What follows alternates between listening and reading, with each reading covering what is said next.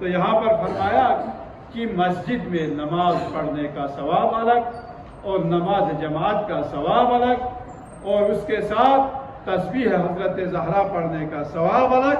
تسبیح حضرت زہرا کا ثواب کتنا تھا پہلے بھی عرض کر چکا، ایک رکعت نماز کے لیے 2000 رکعت نماز میں وہ تبدیل کر دیتی ہے تسبیح حضرت زہرا۔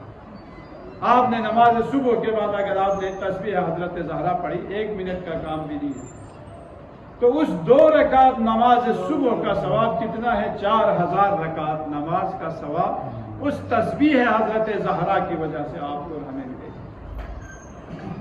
اور خود تسبیح پڑھنے کا ثواب 1000 رکعت۔ تو سمجھ لو نماز صبح کے بعد اگر آپ نے تسبیح حضرت زہرا پڑھی تو 5000 رکعت نماز پڑھنے کا ثواب۔ کتنا آسان ہے۔ یا من یعطی الکثیر بالقلیل، ہم بہت ہی معمولی چیز دیتے ہیں لیکن اس کے بدلے میں آپ بہت کچھ ہمیں عطا کرتا ہے۔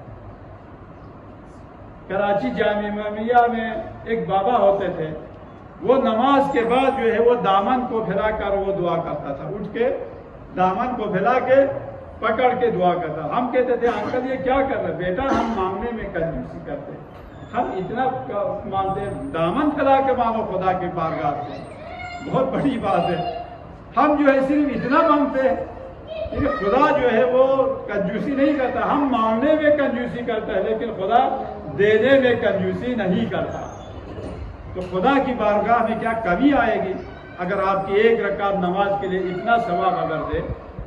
تو فرماتے ہیں کہ نماز جو ہے، نماز کو اہمیت دینا، اور کربلا والے بھی ہمیں بار بار یہی بتاتے ہیں کہ نماز کتنی اہم ہے۔